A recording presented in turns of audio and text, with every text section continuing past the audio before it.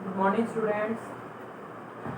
चलिए आज हम क्या करते हैं, हम करते हैं ट्रिग्नोमेट्री का next chapter which is height and distance. मैंने आपको एक बार पहले भी बताया हुआ है कि हाइट एंड डिस्टेंस का चैप्टर बहुत इंपॉर्टेंट है। और कल की वीडियो में मैंने आपको बेसिक बता दिया था हाइट एंड डिस्टेंस का क्या था। Angle of elevation, angle of elevation and angle of depression, angle of depression.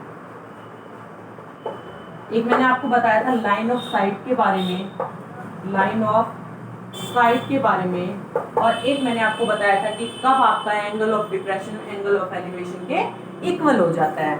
ये बातें हम कल की वीडियो में डिस्कस कर चुके हैं। फिर भी अगर किसी को थोड़ा बहुत डाउट होगा तो वो क्वेश्चन में क्लियर हो जाएगा। और एक मैंने बहुत ही इजी सा एग्जांपल आपको पेड़ का बताया हुआ है कि ये आपका मान लो कोई ट्री है और आप यहाँ पे खड़े हैं, तो आपने इस ट्री को जब टॉप पे देखा, आपने इस ट्री के टॉप पे देखा, तो जो आपकी आईज का ट्री के टॉप से जो भी कनेक्शन होगा वो लाइन ऑफ साइट कहलाता है। साइट मतलब देखने का नजरिए, और लाइन क्या है, लाइन ऑफ साइट है, लाइन ऑफ साइट है। इस लाइन ऑफ साइट और आपकी और इस ट्री की डिस्टेंस के बीच में जो एंगल बनता है ना, वो आपका क्या कहलाता है, angle of elevation. Line of site में आपकी और उस ऑब्जेक्ट के बीच की डिस्टेंस जो भी है, उनके बीच में जो एंगल बना है, that angle is called angle of elevation. अब एंगल ऑफ डिप्रेशन इसका अपोजिट हो जाता है कि सपोज करिए पेड़ पे कोई चिड़िया बैठी है और उस चिड़िया ने आपको देखा, तो उसका जो एंगल बनेगा वो आपका होगा एंगल ऑफ डिप्रेशन। तो ये बात मैं कल के वीडियो में बता चुकी हूँ, आप क्वेश्चंस में आपको और इजीली क्लियर हो जाएगा। चलिए क्वेश्चन करते हैं फर्स्ट से। देखिए बच्चे, आपको आपकी बुक से तो क्वेश्चन करने ही करने हैं। आपकी बुक में जितने भी क्वेश्चन है हाइट एंड डिस्टेंस के, वो क्वेश्चन आपके सारे सीबीएसई बोर्ड में आए हुए हैं, तो वो क्वेश्चन तो आपको रिपीट करने ही करने हैं। उसके बाद मैं जो आपको क्वेश्चन करवा रही हूँ वो आर.डी. शर्मा से करवा रही हूँ। तो आज मैं सिर्फ आपको उस आर.डी. शर्मा के एग्जाम्पल्स करवाऊंगी, उनके स्टेटमेंट, या आप ये कह सकते हो विद सॉल्यूशन में उनकी पीडीएफ आपको सेंड कर दूंगी क्लिक करके। वो क्वेश्चंस आपको बार बार समझने हैं, क्योंकि ये जो क्वेश्चंस मैं बोर्ड पे करवाऊंगी ये आपके एनसीईआरटी एग्जाम्पलर के प्लस आपके सीबीएसई में आए हुए क्वेश्चंस हैं। और नेक्स्ट डे से हम एक्सरसाइज को स्टार्ट करेंगे। बहुत इंपॉर्टेंट है, 6 मार्क्स में इसका क्वेश्चन जरूर आता है। चलिए स्टार्ट करते हैं। फर्स्ट क्वेश्चन, हाँ जी, फर्स्ट क्वेश्चन की स्टेटमेंट मैं रीड कर रही हूँ, आप एक बार स्टेटमेंट को ही सुन लेना ध्यान से, तो आपको क्लियर हो जाएगा कि क्या बोल रही हूँ। चलिए एक सिंपल सा क्वेश्चन लेके चलते हैं। पहले आप मेरे स्टेटमेंट को ध्यान से सुनना, मैं क्या बोल रही हूँ। From a point on the ground 40 metre away from the foot of tower. तो टावर लीजिए, ये है टावर। कहता है टावर के फुट से ग्राउंड की जो डिस्टेंस बता रहा है वो कितनी बता रहा है। एक पॉइंट है ग्राउंड पे जो टावर के फुट से कितनी डिस्टेंस पे है, 40 मीटर की डिस्टेंस पे है। Angle of elevation of the top of the tower is 30। Tower के टॉप का और इस पॉइंट का जो एलिवेशन एंगल है वो 30 डिग्री का है। ये हो गया 30, ठीक है। फिर उसने बोला कि angle of elevation of the top of water tank on the top of the tower. कहता है इस टावर के टॉप पे ही वाटर टैंक बना हुआ है। ये मान ली मैंने वाटर टैंक है यहाँ पे, और ये वाटर टैंक का टॉप है और ये वाटर टैंक का फुट है। तो कहता है top of water tank, water tank के टॉप से इस पॉइंट का जो एंगल ऑफ एलिवेशन है ना वो 45 डिग्री है। इसी के वाटर टैंक के टॉप से इसी पॉइंट का जो एंगल ऑफ एलिवेशन है ना वो कितना है, 45 डिग्री है, ठीक है। आपसे क्या पूछा है, टावर की हाइट पूछी है और टैंक की डेप्थ पूछी है। टावर की हाइट और टैंक की डेप्थ चलिए कर लेते हैं। और इसके अलावा हमें कुछ भी नहीं दे रखा। देखिए कैसे करेंगे। एक बार मैं क्वेश्चन के बारे में आपको फिर से बता देती हूँ। आपसे क्या कहा गया है, ये एक टावर है और ये टैंक है, वाटर टैंक। इसने ये कहा कि एक पॉइंट है ग्राउंड पे, उसकी इस टावर के फुट से 40 मीटर की डिस्टेंस है, और जब इस टावर के टॉप से इस पॉइंट को हम इस पॉइंट से, यहाँ पे कोई भी इंसान खड़ा है, कोई भी ऑब्जेक्ट है, इससे हम टावर के टॉप का जब एंगल ऑफ एलिवेशन चेक करते हैं ना तो वो 30 डिग्री है। एंगल ऑफ एलिवेशन यहाँ पे नीचे बनेगा, हमेशा याद रखना। फिर आपको कहता है कि एक वाटर टैंक है, इसके ऊपर ही, इस टावर के ऊपर एक वाटर टैंक है, और वाटर टैंक के टॉप से जब हम इस पॉइंट पे एंगल ऑफ एलिवेशन चेक करते हैं तो वो 45 डिग्री है। एक तो आपको ये बतानी है, this is height of tower and this is depth of water tank, दोनों। तो हम मान लेते हैं let h is equals to height of tower and h1 is depth of tank, ठीक है बेटा। मैंने आपको जब ये लास्ट टाइम के क्वेश्चन करवाए थे, मैंने तब भी आपको बताया था, आज मैं फिर रिपीट कर रही हूँ। इन क्वेश्चंस में, हाइट और डिस्टेंस के क्वेश्चन में मोस्ट प्रोबेबली 99% आपका tan ऑफ एंगल बनता है, मतलब tan थीटा बनता है। इसलिए आप tan की टेबल तो हर एक के लिए याद कर लीजिए, जैसे tan 0, 30, 45, 60, 90। tan में ये पांचों एंगल आप याद कर लीजिए, पहली बात इस एक्सरसाइज को करने से पहले। सेकंड, आपको tan की वैल्यू पता होनी चाहिए क्या होती है, परपेंडिकुलर अपॉन बेस। ये बात भी अपने दिमाग में बिठा दीजिए, tan theta is equal to perpendicular upon base. आप चलिए, जब ये बात पता चल जाती है तो ये चैप्टर बहुत आसान हो जाता है। ये एंगल 90 डिग्री का है, A B C D. In triangle A B C triangle में perpendicular upon base is equals to tan 30 degree का एंगल है ना छोटी वाली ट्रायंगल में, और परपेंडिकुलर अपॉन बेस क्या होता है, tan थीटा। तो h is equals to 40 multiply by tan 30 क्या होता है, 1/√3। तो आपको सिंपल सा पता चल गया टावर की हाइट कितनी आ गई, 40/√3। ज्यादा से ज्यादा सिंप्लीफाई करना हो तो हमें रूट की वैल्यू नीचे कभी भी नहीं रखनी चाहिए, तो √3 से मल्टीप्लाई कर दीजिए, √3 से डिवाइड कर दीजिए, 40√3/3 मीटर सेंटीमीटर जो भी यूनिट्स दे रखी हैं। अब जब आप इस बड़े वाले की बात करते हो, देखिए इस बड़ी वाली ट्रायंगल की, कौन सी, in triangle A B D पूरी ट्रायंगल में, तो आप क्या लिखोगे, बी डी है ना perpendicular, upon A B is equal to tan 45 degree. tan 45 की वैल्यू कितनी होती है, 1। तो बी डी कितनी है, बी डी तो ये कंप्लीट है ना, B C plus C D, H plus H1। तो देखिए मैं यहां लिख रही हूं H plus H1 upon 40 is equal to 1। H is plus H1 is equal to 40। H की वैल्यू हमने अभी अभी निकाली थी, तो H1 की वैल्यू कितनी आ जाएगी, 40 माइनस H, मतलब 40 माइनस 40√3/3।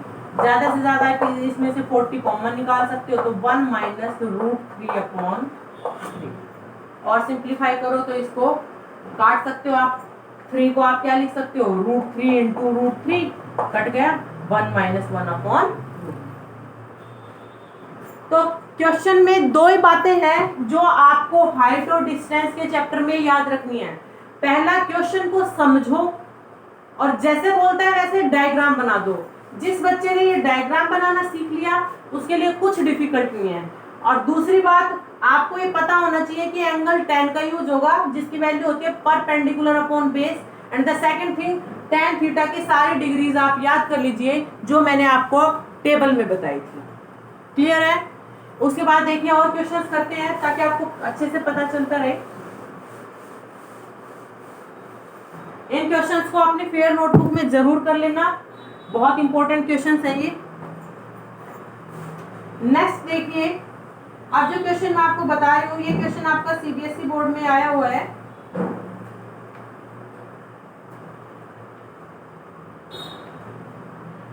ये देखिए, ये एनसीईआरटी में भी है, सीबीएसई में 3 बार रिपीट हो चुका है। ध्यान से सुनो क्या है। 2 pillars of equal height and on either side of a road which is 100 metre wide. 2 pillars हैं जिनकी हाइट सेम है। जो क्वेश्चन पढ़ते हो ना बिल्कुल वैसे ही बनाते जाओ। ये लीजिए, ये 2 पिलर्स हैं, हाइट सेम है, on either side of a road, एक रोड के आइदर साइड है, विच इज 100 मीटर वाइड। एक सड़क है जो 100 मीटर चौड़ी है और इसके दोनों साइड 2 पिलर हैं, उनकी डिस्टेंस इक्वल है। Angle of elevation of the top of the pillars are 60 and 30 degree. कह रहा है जो एंगल ऑफ एलिवेशन है ना इनके टॉप का, एक का तो 60 डिग्री है, एक का 30 डिग्री है, on the between, on the at a point on the road between the pillars. कहता है दोनों पिलर्स के बीच में सड़क पे एक पॉइंट है, बिटवीन द रोड, ठीक है, between 2 pillars on the road. और एंगल ऑफ एलिवेशन एक का 60 है और एक का कितना है 30। ये लीजिए, ये 60, ये 30। इट्स नॉट कंपल्सरी कि आपको यहाँ पे 60 लेना है, यहाँ पे 30 लेना है। Whether you can take 30 here and 60 here. A, B, C, D, E and this is 90 degree. जब ये डायग्राम आपने बना दिया उसके बाद उसने पूछा क्या है, उसने पूछा find the position of the point between the pillar and the height of each pillar. Pillar की हाइट बतानी है, पिलर की हाइट बतानी है, क्योंकि दोनों की हाइट सेम है तो h ही मान लेते हैं। और इस पॉइंट का जो है ना पोजीशन बतानी है, सड़क पे पिलर से कितनी दूरी पे है। उसने ये नहीं बोला ये बिल्कुल मिड में है, उसने तो इतना बोला था दोनों पिलर्स के बीच में सड़क पे है ये पॉइंट। इसकी पोजीशन बतानी है कि ये इस पिलर से कितनी डिस्टेंस पे है, इससे कितनी डिस्टेंस पे है, ठीक है। इनकी हाइट जो भी आएगी वो दोनों की सेम ही आएगी क्योंकि दोनों पिलर इक्वल है। अब इतना कुछ पता चलने के बाद तो बहुत आसान हो जाता है क्वेश्चन। अब देखिए, जब भी ऐसा क्वेश्चन आए, ये टोटल डिस्टेंस कितनी है 100 मीटर है ना, और आपको पता नहीं है कि ये पॉइंट है कहाँ। जैसे ये एक लाइन है, इस लाइन पे कोई पॉइंट रख दिया मैंने P, इसकी टोटल डिस्टेंस मुझे पता है मान लो 50 है, तो इस पॉइंट की इधर जितनी डिस्टेंस है और इधर कितनी है ये पता करने के लिए मैं एक को x मान लेती हूँ, इस पॉइंट के एक साइड डिस्टेंस x मान लेती हूँ। टोटल 50 है तो इधर जो बचेगी वो कितनी बचेगी, 50 माइनस x ही तो बचेगी, क्योंकि कंप्लीट डिस्टेंस तो कितनी है 50 है। सेम काम मैं यहाँ पे करूँगी, यहाँ से यहाँ तक की डिस्टेंस को तो मैं x मान लूंगी, तो ये जो बच गई यहाँ से यहाँ तक की ये कितनी बचेगी 100 माइनस x ही बचेगी ना, 100 माइनस x ही बचेगी ना। अब मैंने ऐसा किया क्यों है, क्योंकि 2 पिलर है, 2 राइट एंगल ट्रायंगल बन रही है, तो बेस तो दोनों का अलग अलग लेना पड़ेगा ना, इसलिए मैंने इसको अलग कर रखा है, इसको अलग कर रखा है। अब देखो इन ट्रायंगल, ये ई पॉइंट था ना, BAE, BAE perpendicular upon base is equals to tan theta, और tan कितना है 60 डिग्री, ठीक है। 90 के सामने हाइपो होता है, 90 के साथ वाली आपकी परपेंडिकुलर होती है, और 90 और थीटा जहां होता है वो आपका बेस होता है। तो अब BA है आपका h, AE आपका है x, और tan 60 होता है √3, तो h की वैल्यू कितनी आ गई x√3। इसको इक्वेशन फर्स्ट मान लेते हैं। ऐसे दूसरी इक्वेशन में perpendicular upon base is equals to tan 30, तो मैं क्या लिखूंगी h upon 100 minus x tan 30 1 upon √3। यहाँ पे क्या होगा tan 30, और ये किस ट्रायंगल में हो रहा है, इन ट्रायंगल CBE, CBE। तो आपका आ जाएगा h upon 100 minus x is equal to 1 upon √3। अब आपके पास 2 ऑप्शन है, या तो यहीं से आप h की वैल्यू निकाल के फिर दोनों को कंपेयर कर दो, या सेकंड इक्वेशन में फर्स्ट की वैल्यू पुट कर दो। दिस इंप्लाइज, यहाँ पे मैं इसकी वैल्यू पुट कर रही हूँ x√3 upon 100 minus x is equal to 1 upon √3। Cross multiplication कर लें तो आपका आ जाएगा 3x is equal to 100 minus x, तो यहाँ से 4x इज इक्वल टू 100 और x की वैल्यू आ जाएगी 100/4 विच इज इक्वल टू 25। तो इस पिलर से ये जो डिस्टेंस है ये कितनी है 25, तो ये बच गई कितनी 75। अब आपको पिलर की हाइट निकालनी है। आप x की वैल्यू को यहाँ पे पुट कर दीजिए तो आपके पास क्या आ जाएगी, पिलर की हाइट आ जाएगी। क्लियर? इस तरीके से ये क्वेश्चन बहुत बार रिपीट हुआ है और देखिए कितना इजी था। अगर आपको डायग्राम बनाना आ जाए और tan के एंगल्स की वैल्यू पता चल जाए, है ना इजी। तो उसके बाद देखिए एक दो क्वेश्चन और ट्राई करते हैं। नेक्स्ट क्वेश्चन देखिए, मैं स्टेटमेंट रीड कर रही हूँ, इन क्वेश्चंस की मैं आपको दे दूंगी इमेजेस, आप उनमें से देख लेना और क्वेश्चन के स्टेटमेंट को रीड भी कर लेना बार बार। अब जो क्वेश्चन मैं बता रही हूँ ये भी आपका 2 या 3 टाइम्स आपका सीबीएसई में रिपीट हो चुका।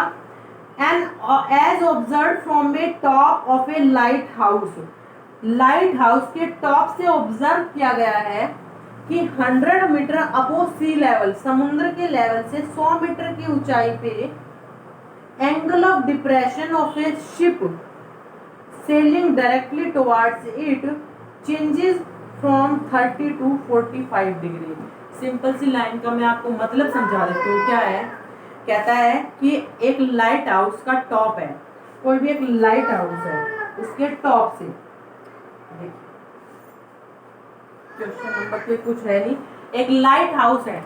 जैसे आपने कई बार देखे ना बड़े बड़े शिप्स के लिए या रेडार को देखने के लिए एक छतरी से टाइप में या एक आप खंबे के जैसा एक टावर टाइप में एक बना देते हैं और उसके ऊपर लाइट लगी रहती है जिससे हम इजीली उस रेडार को घुमा के सब कुछ देख लेते हैं।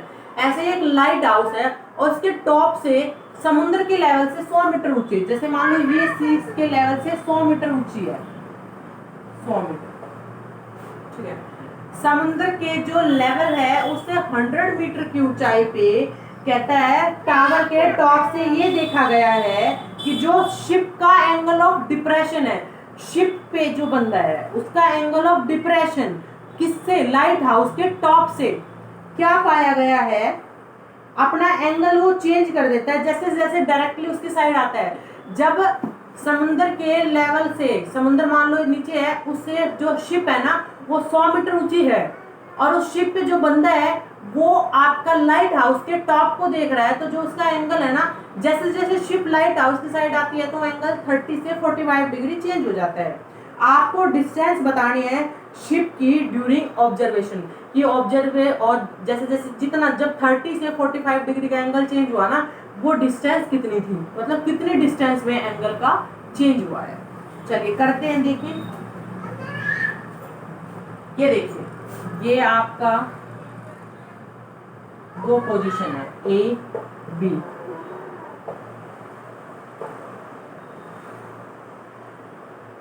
ये शिप सी लेवल से 100 मीटर की ऊंचाई पे है, ठीक है, सी लेवल से 100 मीटर की ऊंचाई पे है।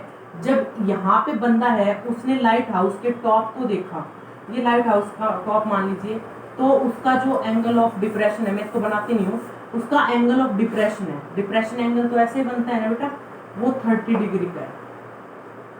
वो कितने डिग्री का है, 45 डिग्री का, 30 से 45 से 30 चेंज होता है ना, चेंजेस फ्रॉम 30 to 45, तो पहले तो 30 पे जाएगा। अब देखो पहले बंदा